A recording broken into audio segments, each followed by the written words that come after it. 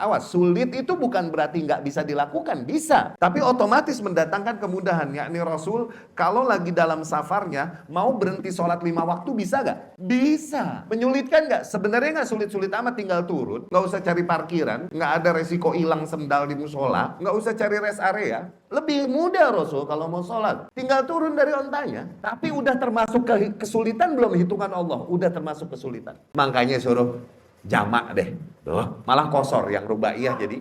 Tuh. Kemudian, tambih. Ya. Menempatkan nilai agama pada tempatnya. Nah, oke? Di bab inilah, yakni di bagian inilah, akan terasa berat dan pahit mempertahankan dan memperjuangkan nilai beragama kita pada bab manhaj dan akidah melawan arus syubhat dan syahwat. Adapun di dalam bab fikih, yaitu nilai-nilai teknis dan praktis di dalam Islam seperti toharoh, sholat, zakat, puasa, haji, dan lain-lain yang seringkali berkaitan dengan perkara wajibkah atau sunnah secara fikih ya, halalkah atau haram, maka di situ yang Allah jadikan justru adalah nilai-nilai kemudahan dan keringanan. Tuh, jangan kusut. Oke? Masalah praktis fikih justru kemudahan dan keringanan. Allah nggak menghendaki dan telah menghapuskan kesulitan dan keberatan. Kalaupun ada kesulitan yang masih mampu kita tanggung, bukan sesuatu yang bikin ribet. Allah berfirman, yuridullahu bikumul yusra wa la yuridu bikumul usr. Allah kehendaki bagi kalian kemudahan dan Allah tak kehendaki kesulitan, keribetan bagi kalian. Allah berfirman, wa ma ja'ala 'alaikum fid dini min haraj, dan Allah tidak jadikan kesulitan bagi kalian di dalam agama. Ada, udah Allah nggak adain memang. Kemudian Allah berfirman, yuridullahu an yukhaffifa ankum. Allah hendak untuk meringankan bagi kalian. Wa khuliqal insanu dha'ifa, dan manusia memang diciptakan dalam keadaan lemah. Allah berfirman, la yukallifullahu nafsan illa wus'aha. Allah tak bebani manusia kecuali sesuatu yang masih berada di dalam range kemampuannya. Ya? Nabi juga sallallahu alaihi wasallam berkata, inna dina yusrun. Sesungguhnya agama ini tuh mudah. Wala yushadad din illa ghalabah. Tidaklah seseorang berkeras-keras di agama ini kecuali nanti dia patah sendiri. Ya? Rasul juga sallallahu alaihi wasallam berkata, innallaha ta'ala yuhibbu an tu'ta rukhasuh kama yakrah an tuntahat maharimuh atau ma'asi. Sesungguhnya Allah cinta kalau keringanan-keringanan yang Allah berikan itu diambil sama manusia. Allah cinta tindakan itu. Sebagaimana dikiaskan, sebagaimana Allah benci ketika ada batasan-batasannya, oke, apa-apa yang diharamkan oleh Allah dilanggar oleh para manusia. Noh. Lihat. Dan dengan semua nas-nas serupa demikian terbentuklah sebuah kaidah besar di dalam agama. Banyak kaidah terbentuk di dalam agama yang mengarahkan ke arah nilai ini. Ini di antara kaidah besar di dalam fikih, al-masyaqqah tajlib at-taisir. Yang namanya kesulitan, keribetan. Awas, sulit itu bukan berarti nggak bisa dilakukan, bisa. Tapi otomatis mendatangkan kemudahan. Yakni Rasul kalau lagi dalam safarnya mau berhenti sholat 5 waktu bisa nggak? Bisa. Menyulitkan nggak? Sebenarnya nggak sulit-sulit amat, tinggal turun, nggak usah cari parkiran, nggak ada resiko hilang sendal di musola, nggak usah cari rest area. Lebih mudah Rasul kalau mau sholat, tinggal turun dari ontanya. Tapi udah termasuk kesulitan belum hitungan Allah? Udah termasuk kesulitan. Yang kayak gitu udah termasuk. Makanya suruh jamak deh, tuh. Malah kosor yang rubaiyah jadi, tuh. Rasul bisa nggak kalau lagi safar masih mau puasa? Bisa. Segala kita bisa. Apalagi Rasul sallallahu alaihi wasallam. Tapi demikian Allah jadikan keringanan di dalam puasa, safar, batalin. Dan Allah lebih cinta kalau keringanannya diambil. Pahalanya dapat 2. 1, pahala menjalankan yang wajib. 2, pahala menjalankan sunnah di mana kita mengambil keringanan. Tuh. Santai nih agama, mentok-mentok ribet, datang keringanan. Apalagi lebih jauh, mentok-mentok idtiror, terdesak, emergensi, urgensi dan lain-lain, datang pengecualian. Ad-darurah tubihul mahdzurat. Hal-hal yang sifatnya darurat otomatis menghalalkan, membolehkan apa-apa yang tadinya dalam kondisi normal itu haram. Tuh. Apalagi yang susah nih di agama. Bukan kita yang ngegampang-gampangin, bukan elu yang nyusah-nyusahin. Kita harus tahu di mana kita betegas, ngegas. Kita harus tahu kapan kita kendor. Kita judul taklim ini ajib, tar ngegas, tar kendor. Tuh, tar kenceng, tar kendor. Tuh, ajib tuh. Judul alay. Judul alay-alay kajian tuh, ya kan? Menolong janda, menjandakan istri. Iya. Itu kan alay kajiannya begitu tuh. Ya enggak? Dokter begitu kajiannya. Ya enggak? Tar kenceng, tar kendor. Ajib tuh. Itu qawaid fikih. Tar kenceng, tar kendor. Ajib enggak? Ajib nih agama aja, susah-susah ribet, keringanan, mentok-mentok kepepet, yang haram jadi halal. Ajib, kita ini nggak perlu institusi-institusi keuangan yang syar'i tapi placebo, hakikatnya bukan syar'i. Nggak perlu kok. Pakai yang konvensional aja udah ada kaidah ini kok. Sama aja, malah kadang lebih merugikan, lebih memberatkan. Cuman pakai nama syar'i aja buat bohong, buat daya tarik konsumen. Padahal mah kagak beda istilah doang pakai bahasa Arab. Gampang nih agama, ajib, wallah ajib. Makanya selalu kita katakan berulang-ulang. Seseorang yang berpegang teguh sama agama, kemudian dia berasa susah dan kesulitan, maka kemungkinannya cuma dua. Entah dia salah memahami agamanya, entah dia belajar dari guru yang salah. Dan otomatis, orang berkenceng-kenceng di dalam perkara teknis, otomatis hampir hukum alam. Mesti diusul dan manhajnya sangat berantakan dan acuh. Mesti. Karena nggak kuat orang kenceng dua-duanya, nggak kuat. Kebukti gak? Kita bacakan lagi. Demikian juga yang pernah disampaikan Syekh Ruslan hafizahullah di dars yang lain ya. Beliau berkata, siapapun yang berpegang kepada agama kemudian dia menemukan kesulitan, keribetan dalam menjalankannya, maka ketahuilah bahwa ia telah salah di dalam menjalankan agamanya. Karena sama sekali tak mungkin dalam kondisi apapun agama ini menyulitkan. Karena itu sangat bertentangan dengan apa yang Allah kehendaki dan jadikan dalam syariatnya. Di mana telah dihapuskan kesulitan dan rasa berat dan sulit dari agamanya. Demikian kasus Musa alaihi salam bersama Yusha' bin Nun. Oke? Diriwayatkan oleh Imam Bukhari rahimahullah dan Ibnu Abbas. Ini juga diceritakan di dalam surat Al-Kahf. Oke? Ibnu Abbas dari Ubay bin Ka'ab radhiyallahu anhu, Rasul sallallahu alaihi wasallam bercerita. Suatu hari Musa alaihi salam qama khatiban fi Bani Israil fasu'il. Musa berkhutbah, berpidato di antara Bani Israel, kemudian seseorang bertanya kepadanya, ayyun nasi a'lam, siapa manusia yang paling berilmu? Oke? Musa alaihi salam berpikir sejenak dan berkata, ana, aku. Gitu. Awas, ini bukan dari kesombongan Musa alaihi salam. Cuman memang jalan petunjuk kepada Allah yang menjadi patokan para manusia pada saat itu adalah Nabi dan Rasul. Kalau dia katakan ada yang lain dan dia bukan Nabi dan bukan Rasul, akhirnya mencari jalan dan kemudian ternyata bertentangan dengan nilai yang datang dari Allah dan Rasulnya. Musa mau menutup pintu itu, kita husnudzon ya.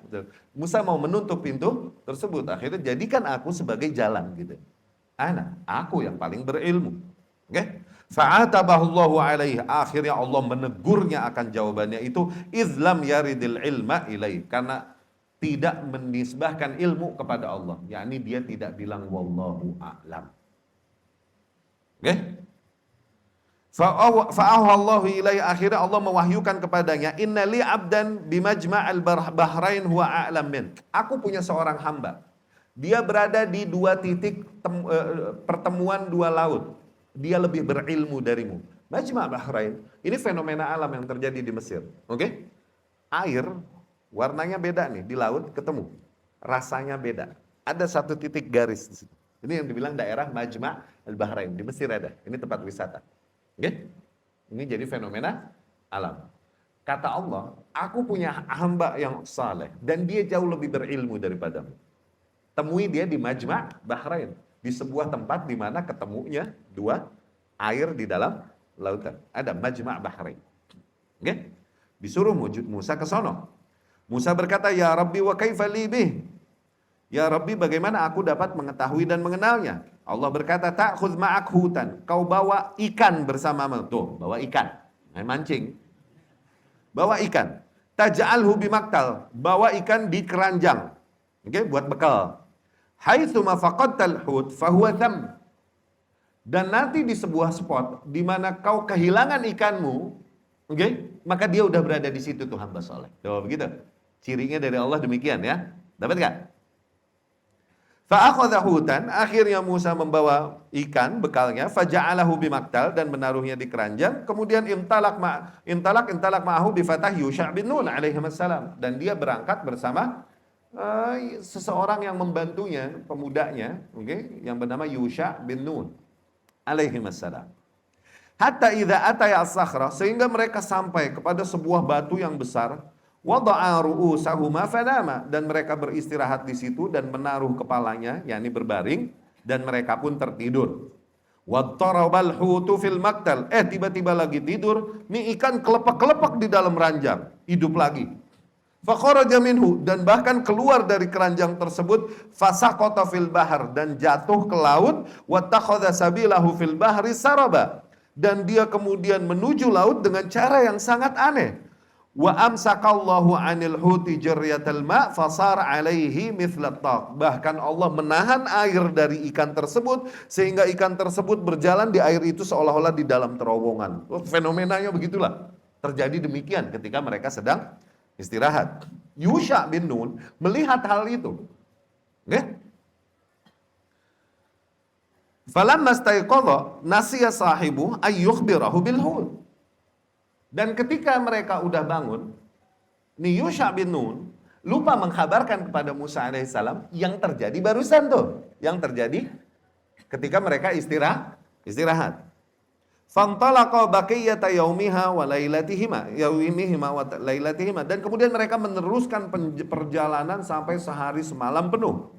Hatta idza kana minal ghad, sehingga ketika keesokan harinya di dalam perjalanan, qala Musa li fatah, Musa berkata kepada bujangnya ini, kepada Yusha bin Nun, atina ghada'ana laqad lakina min safarina hadza nasaba.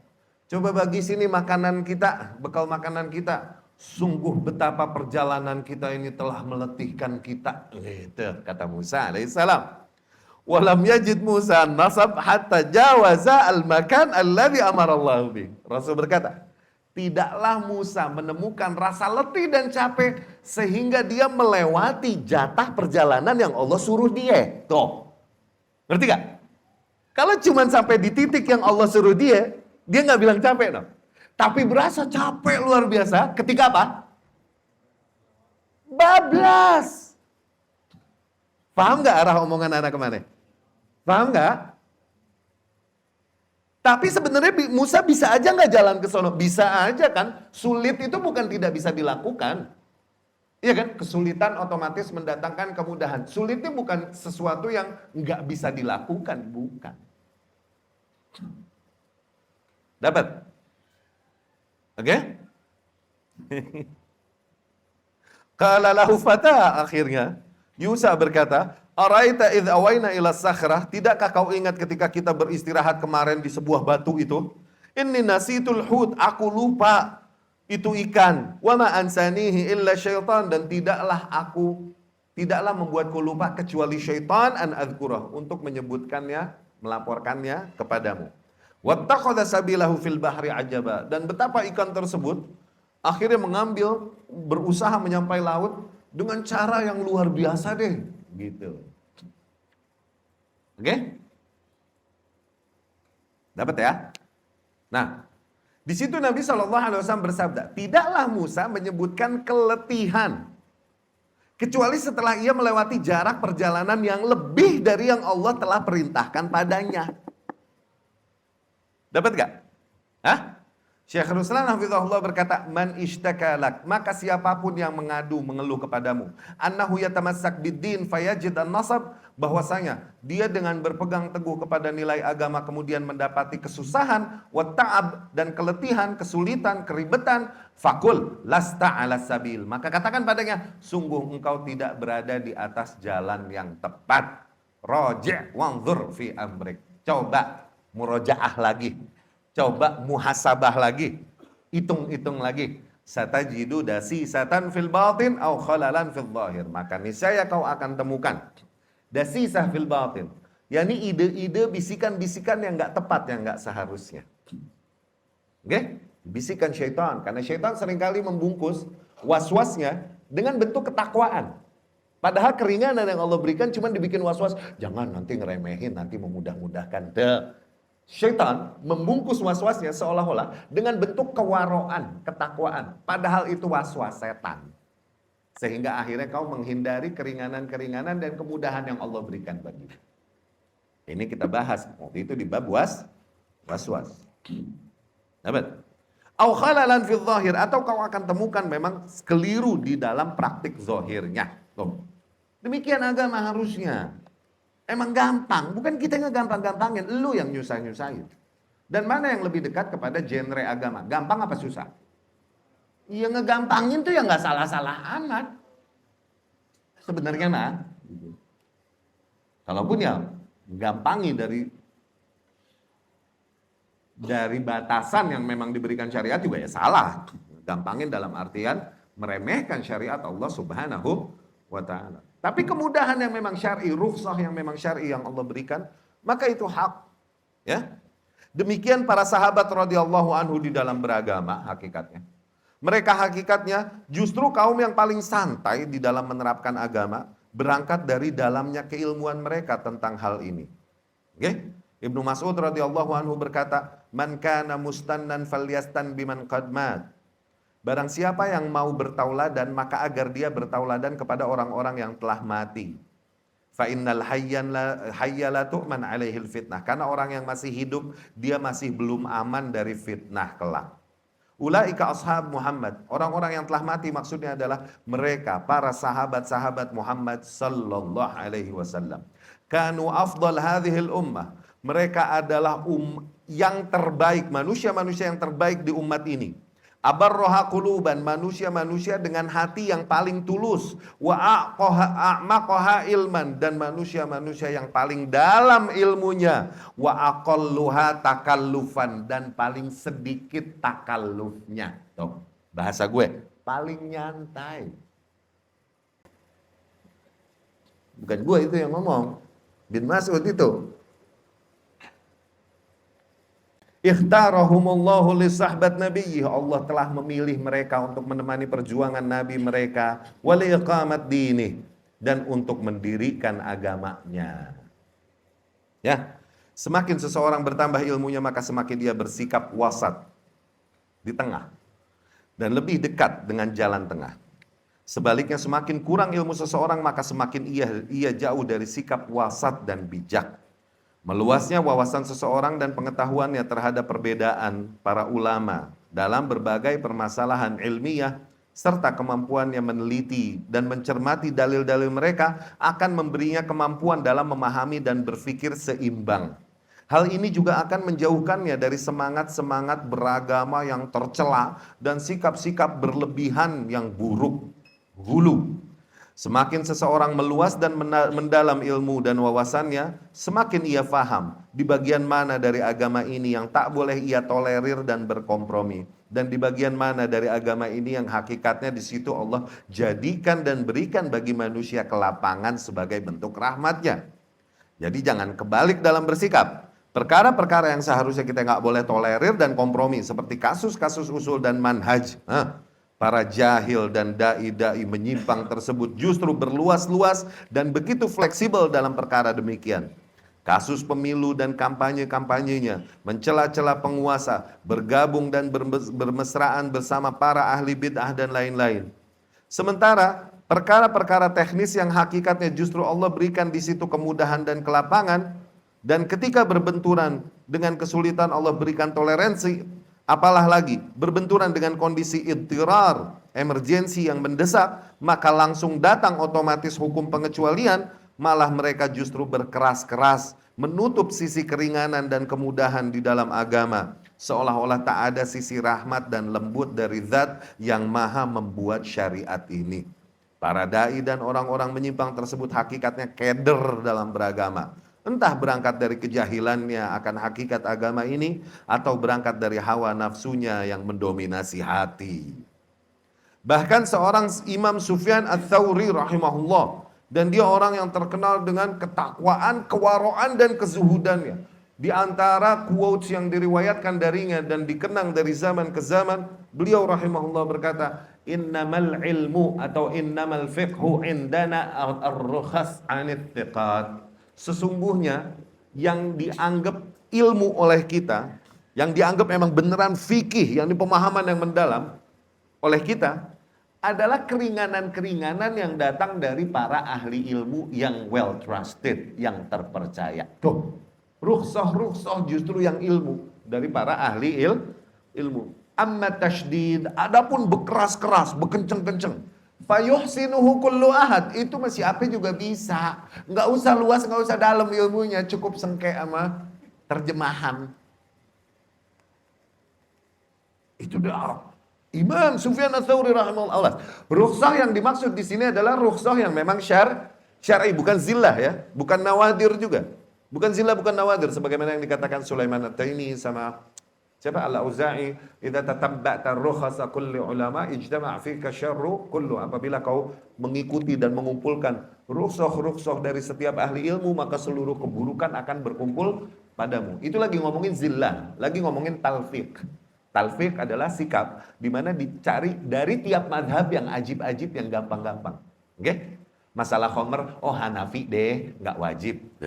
Masalah wali, oh nggak wajib, Hanafi deh, ya nggak? Gitu. Masalah mau jajal anjing, oh kita pakai Maliki deh, Maliki masih halal nih. Tuh, gitu. Ngumpulin yang begitu-begitu. Nah itu talfiq, haram. Kita tarjih. Lihat dari setiap pendapat, cari yang paling rojih. Itu bagus, utama, wajib. Ya, dapat difahami? Kapan kita kenceng, kapan kita kendor. Semoga dengan materi ini semakin kita memahami agama kita. Allahumma rzuqna al-ikhlas fil a'mal wal aqwal wa jannibna riya. Subhanakallahumma wa bihamdika asyhadu an la ilaha illa anta astaghfiruka wa atubu ilaik. Assalamualaikum warahmatullahi wabarakatuh.